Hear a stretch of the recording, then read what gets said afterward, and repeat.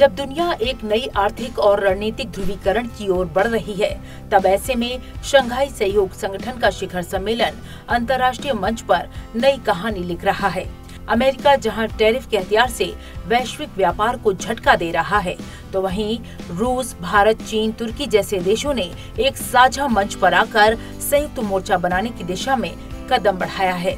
इस बार चीन के तियानजिन शहर में आयोजित SCO शिखर सम्मेलन में न केवल कूटनीतिक लिहाज से बल्कि आर्थिक और सुरक्षा साझेदारियों के लिहाज से भी बेहद अहम रहा।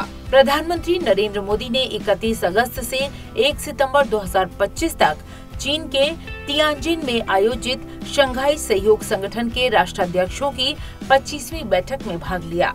शिखर सम्मेलन में SCO विकास रणनीति, वैश्विक शासन में सुधार, आतंकवाद निरोध, शांति और सुरक्षा, आर्थिक और वित्तीय सहयोग और सतत विकास पर उपयोगी चर्चा हुई।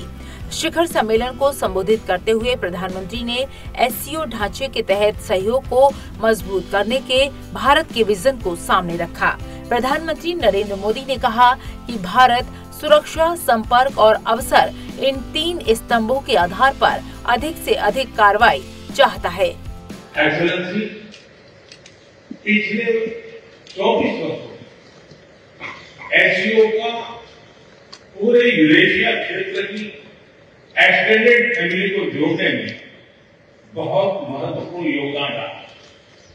भारत ने एक सक्रिय सदस्य के रूप में हमेशा कंस्ट्रक्टिव और सकारात्मक भूमिका निभाई है। SCO को लेकर भारत की सोच और नीति 3 मुख्य स्तंभों पर आधारित है। SCO, S security, C connectivity. प्रधानमंत्री ने कहा कि शांति, सुरक्षा और स्थिरता प्रगति और समृद्धि की कुंजी है। उन्होंने सदस्य देशों के सभी प्रकार के आतंकवाद से लड़ने के लिए दृढ़ और निर्णायक कार्रवाई करने का आह्वान किया। पहले स्तंभ S यानी सिक्योरिटी के संदर्भ में मैं कहना चाहता हूं कि सुरक्षा, शांति और स्थिरता किसी भी देश के विकास का आधार है। किंतु इस मार्ग में आतंकवाद, अलगाववाद और अतिवाद बड़ी चुनौतियां हैं। आतंकवाद सिर्फ किसी देश की सुरक्षा ही नहीं, बल्कि पूरी मानवता के लिए एक साझा चुनौती है। कोई देश, कोई समाज, कोई नागरिक अपने आप को इससे सुरक्षित नहीं समझ सकता। इसलिए आतंकवाद से लड़ाई में भारत ने एकजुटता पर बल दिया। इसमें SCO रेड्स की बहुत महत्वपूर्ण भूमिका रही। इस वर्ष भारत ने जॉइंट इंफॉर्मेशन ऑपरेशन को लीड करते हुए अल-कायदा और इससे जुड़े आतंकी संगठनों से लड़ने का इनिशिएटिव किया।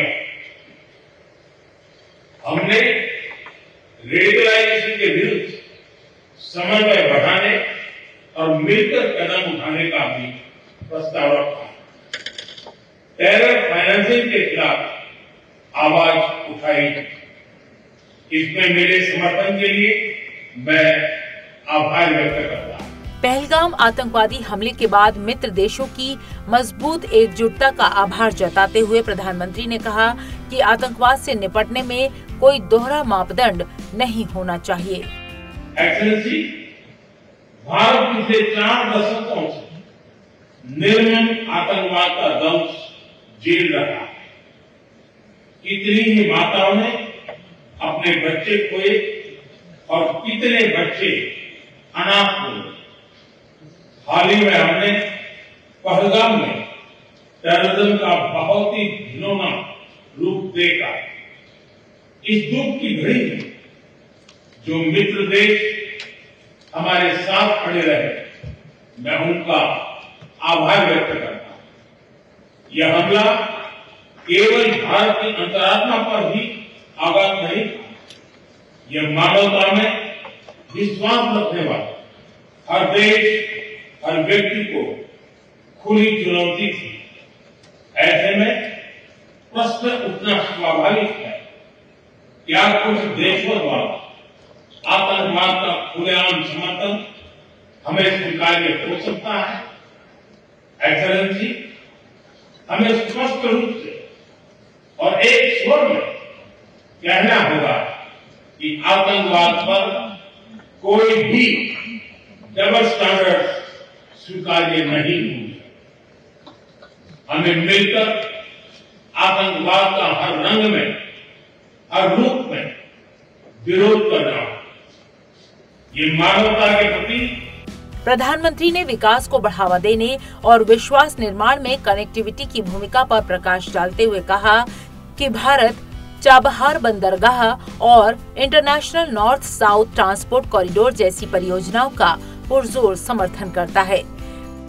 भारत का हमेशा से मत रहा है कि मजबूत कनेक्टिविटी से केवल व्यापार ही नहीं, बल्कि विश्वास और विकास के द्वार भी खुलते।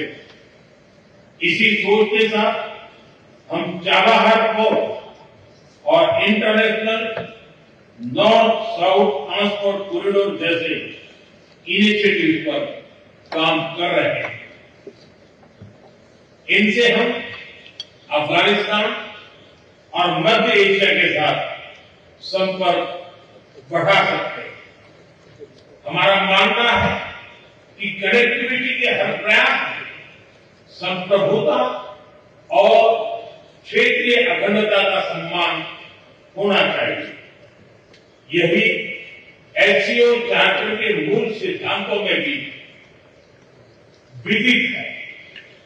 Connectivity that bypasses sovereignty, losing trust and unity।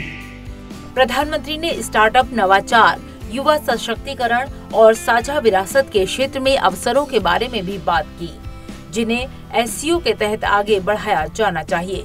प्रधानमंत्री ने लोगों के बीच बेहतर संबंधों और सांस्कृतिक समझ को बढ़ावा देने के लिए समूह के भीतर एक सभ्यतागत संवाद मंच शुरू करने का प्रस्ताव रखा। यानी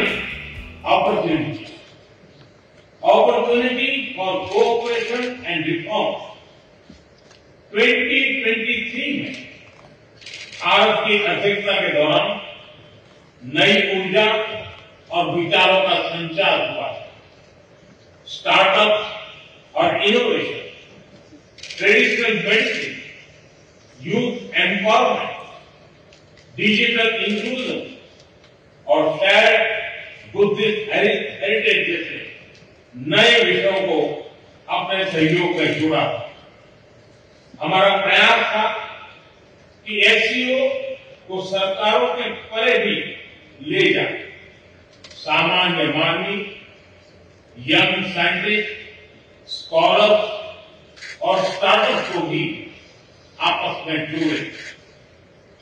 हमारे पीपल टू पीपल टाइम में दृढ़ता देने के लिए मैं आज एक और सुझाव रखना चाहता हूं। एससीओ के अंतर्गत एक सिविलाइजेशन डायलॉग फोरम बनाया जाए।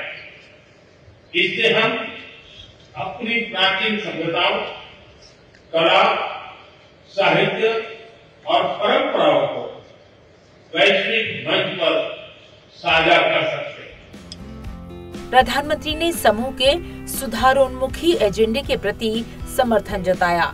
इस संबंध में उन्होंने संगठित अपराध, मादक पदार्थों की तस्करी और साइबर सुरक्षा से निपटने के लिए केंद्रों की स्थापना का स्वागत किया। उन्होंने संयुक्त राष्ट्र सहित बहुपक्षीय संस्थानों में सुधार के लिए समूह की ओर से एक विजन अपनाने का आह्वान किया। वैश्विक संस्थानों रिफॉर्म के लिए एससीओ सदस्य आपसी सहयोग बढ़ा सकते हैं। संयुक्त राष्ट्र की 80वीं वर्षगांठ के अवसर पर हम एकमत होकर यूएन रिफॉर्म का आह्वान कर सकते हैं। ग्लोबल साउथ की आकांक्षाओं को आउटडेटेड फ्रेमवर्क में कैद रखना भावी पीढ़ियों के प्रति घोर अन्याय है। नई पीढ़ी के बहुरंगी सपनों को हम पुराने जमाने की ब्लैक एंड व्हाइट स्क्रीन पर नहीं दिखा सकते। स्क्रीन बदलनी ही होगी। एचसीओ मल्टीलेटरलिज्म और इंक्लूसिव वर्ल्ड ऑर्डर का मार्गदर्शक। शिखर सम्मेलन के समापन पर एससीओ सदस्य देशों ने तियानजिन घोषणा को अपनाया, जिसमें संगठन के आगे के रोडमैप की झलक दिखाई देती है।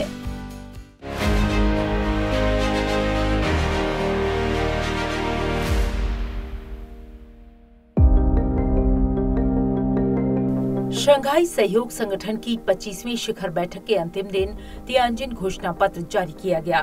तियानजिन में आयोजित शंघाई सहयोग संगठन के शिखर सम्मेलन में भारत को एक बड़ी कूटनीतिक सफलता मिली।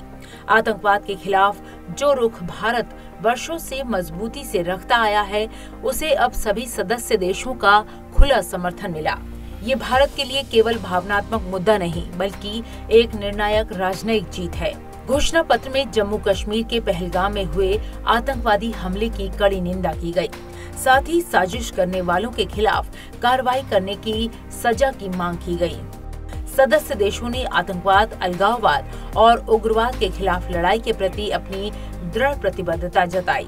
सदस्य देशों ने आपसी सम्मान, न्याय, समानता और पारस्परिक रूप से लाभकारी सहयोग की भावना से नए प्रकार के अंतर्राष्ट्रीय संबंधों के निर्माण में सहयोग को बढ़ावा देने की पहल की प्रासंगिकता की पुष्टि की। तियानजिन घोषणा पत्र में मानव जाति के लिए साझा भविष्य के निर्माण के विचार के लिए साझा दृष्टिकोण के गठन और एक पृथ्वी, एक परिवार, एक भविष्य के विचार पर संवाद विकसित करने की बात कही गई। घोषणा पत्र में क्षेत्रीय सुरक्षा और सांस्कृतिक आदान प्रदान जैसे मुद्दों पर महत्वपूर्ण फैसले लिए गए। ये घोषणा पत्र एससीओ के भविष्य के रोडमैप को परिभाषित करता है, साथ ही ग्लोबल साउथ की एकजुटता को मजबूत करने की दिशा में कदम उठाता है। तियानजिन घोषणा पत्र की 10 प्रमुख बातें जो कि समिट की उपलब्धियों को दर्शाती हैं। यह घोषणा पत्र एससीओ के भविष्य के रोडमैप को परिभाषित करता है, साथ ही ग्लोबल साउथ की एकजुटता को मजबूत करने की दिशा में कदम उठाता है। तियानजिन घोषणा पत्र एससीओ के 40% से अधिक विश्व जनसंख्या और विशाल संसाधनों वाले सदस्य देशों के लिए एक नई दिशा प्रदान करता है। ये घोषणा पत्र भारत की बढ़ती कूटनीतिक भूमिका को भी रेखांकित करता है, जो कि आतंकवाद विरोधी रुख और इनोवेशन में नेतृत्व कर रहा है। इस घोषणा के प्रभाव लंबे समय तक वैश्विक मंच पर देखे जाएंगे। इस पूरे सम्मेलन के बाद एक बात साफ है कि एससीओ में भारत अब केवल एक सदस्य नहीं, बल्कि एक मार्गदर्शक की भूमिका निभा रहा है।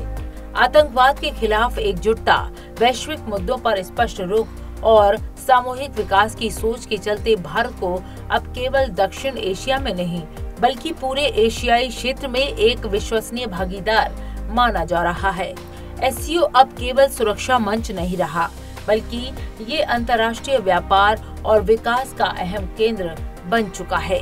शंघाई सहयोग संगठन के अब तक के सफर की बात करें तो अप्रैल 1996 में शंघाई में हुई एक बैठक में चीन, रूस, कजाकिस्तान, किर्गिस्तान और ताजिकिस्तान आपस में एक दूसरे के नस्लीय और धार्मिक तनावों से निपटने के लिए सहयोग करने पर राजी हुए थे। तब इसे शंघाई 5 के नाम से जाना जाता था। 15 जून 2001 को एससीओ सही मायने में अस्तित्व में आया। तब चीन, रूस और 4 मध्य एशियाई देशों कजाकिस्तान, किर्गिस्तान, ताजिकिस्तान और उज्बेकिस्तान के नेताओं ने शंघाई सहयोग संगठन की स्थापना की। नस्लीय और धार्मिक कट्टरपंथ से निपटने और व्यापार और निवेश को बढ़ावा देने के लिए समझौता किया गया। बता दें कि एससीओ का मुख्यालय चीन की राजधानी बीजिंग में है। साल 2001 में नए संगठन के उद्देश्य बदले, जिसके बाद इसका मकसद ऊर्जा पूर्ति से जुड़े मुद्दों पर ध्यान देना और आतंकवाद से लड़ना बना। ये 2 मुद्दे आज भी कायम हैं। भारत साल 2017 में एससीओ का पूर्णकालिक सदस्य बना। इससे पहले भारत को पर्यवेक्षक देश का दर्जा हासिल था। भारतीय हितों की जो चुनौतियां हैं, चाहे वो आतंकवाद हो, ऊर्जा की आपूर्ति हो या फिर प्रवासियों का मुद्दा हो, ये मुद्दे भारत और एससीओ दोनों के लिए अहम हैं। शंघाई सहयोग संगठन 10 सदस्य देशों का एक यूरेशियाई राजनीतिक, आर्थिक और अंतर्राष्ट्रीय सुरक्षा संगठन है। पाकिस्तान, ईरान और बेलारूस भी इस समूह में शामिल है। इसके साथ ही कई और देश पर्यवेक्षक या संवाद भागीदार हैं।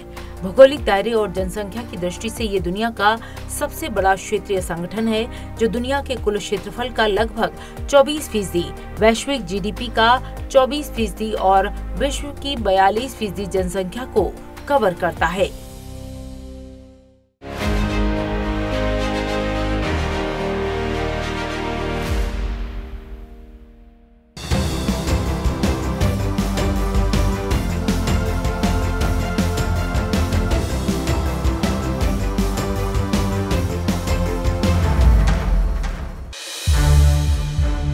संसद टीवी के और भी प्रोग्राम्स देखने के लिए सब्सक्राइब करें हमारा YouTube चैनल और हाँ, इन्हें लाइक और शेयर करना ना भूलें।